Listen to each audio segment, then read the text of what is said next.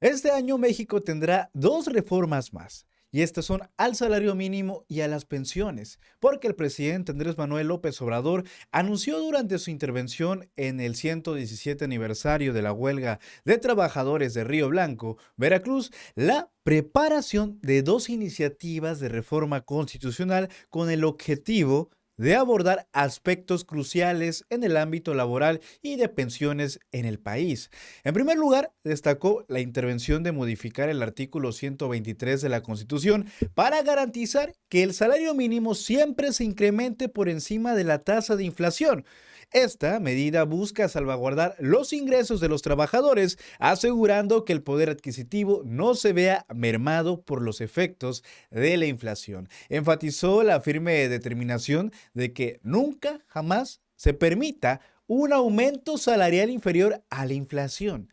Adicionalmente, el presidente López Obrador adelantó su intención de reformar el sistema de pensiones de los trabajadores que fue establecido durante el sexenio del expresidente Ernesto Zedillo por ahí de los 2000. Consideró esta política como inhumana e injusta y se comprometió a proponer cambios significativos y en ese sentido también expresó su disgusto con la situación actual donde los trabajadores, después de 3 décadas de servicio, pueden recibir solo la mitad de su salario activo según la reforma del presidente que ya mencionamos, de Zedillo. Pasemos a escuchar la intervención que este tuvo en donde anunció también estas dos reformas. Vamos a verlo a continuación.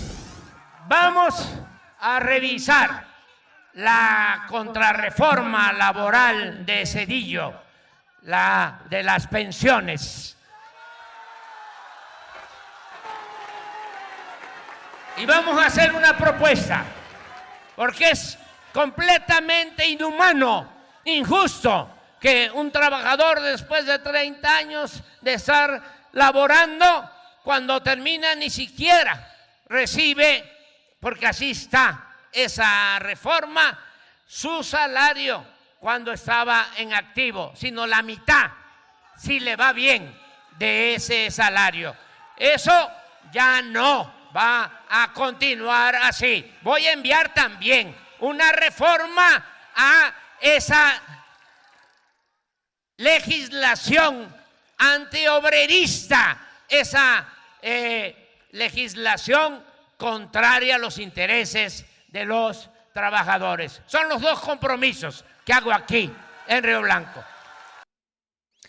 Pues esto fue parte, ¿no?, de este anuncio interesantísimo que realizó el presidente López Obrador con tanta injundia. Y en relación con el incremento del salario mínimo, el mandatario también anticipó una propuesta, ¿no? Esta de la que mencionaba aquí, la de la modificación al artículo 127 constitucional. Y esta modificación busca poner un candado al aumento del salario mínimo, estableciendo restricciones que honrarían a los mártires de Río Blanco, quienes buscaban mejor condiciones laborales durante el porfiriato y fueron brutalmente reprimidos. Y en este contexto, pues es donde se resalta la importancia de estas dos reformas, porque durante el evento conmemorativo, el presidente también recordó la represión sufrida por los trabajadores textiles en manos del presidente Porfirio Díaz, quien ordenó la reanudación de actividades después de una suspensión promovida por los patrones en varias fábricas del país. Y sin embargo,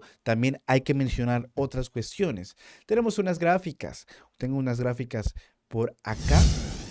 Dice, mayores pensiones. La propuesta del presidente para modificar el sistema de pensiones privado de México podría presionar aún más las finanzas públicas por concepto de pensiones y jubilaciones.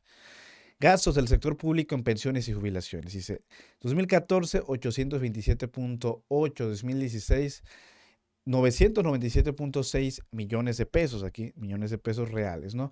1,62.9 millones de pesos en 2018 y bueno, en 2024 pasará a ser casi 1.500.000 millones de pesos, lo cual lo vuelve también interesante. Y vamos a ver también estos recursos administrativos por los afores, cifras anuales en millones de pesos reales también, ¿no? 2014, 3.665.4 millones de pesos y en 2023 fue de 5 5.678.000.9 millones de pesos, ¿no? Que es un poco menos del 2021, pero bueno, esas son las cifras, los datos que debieron, pues se reflejaron en estos años, desde 2014 hasta el 2024. Sin embargo, les estaba diciendo, ¿no? Expertos como Víctor Gómez Ayala del Instituto Mexicano para la Competitividad y Rolando Silva Briceño del Instituto Mexicano de Contadores Públicos señalan que la sostenibilidad fiscal es fundamental y que otorgar una tasa de reemplazo del 100% en las pensiones tendría un alto costo en las finanzas públicas. Por ejemplo, Carlos Ramírez, expresidente de la CONSAR, sugiere que la posible reforma podría revertir la ley del ISSSTE de 2007, regresando al modelo de pensiones en el cual el gobierno administra colectivamente los fondos. Priorizarán sistema público. Eso también es algo que debemos de tomar bastante en cuenta.